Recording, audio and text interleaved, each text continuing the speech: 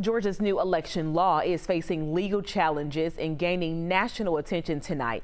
11 Alive's Naima Abdullahi explains why many call this Jim Crow 2.0 and what those who support it say it would accomplish.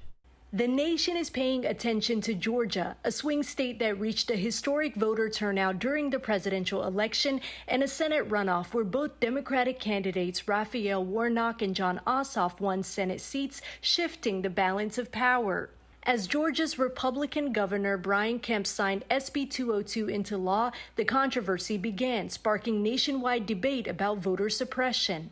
The bill would require an ID number, like a driver's license, to apply for an absentee ballot, cut off absentee ballot applications 11 days before an election, limit the number of absentee ballot drop boxes, and make it a misdemeanor to hand out food or water to voters in line. On one side of the debate, opponents are using terms such as Jim Crow 2.0. President Joe Biden not holding back today. This is nothing but punitive, designed to keep people from voting. Former President Donald Trump also responded in favor of the new law, saying in part, quote, "They learned from the travesty of the 2020 presidential election, which can never be allowed to happen again. Federal lawsuits are already filed." It's anti-democratic.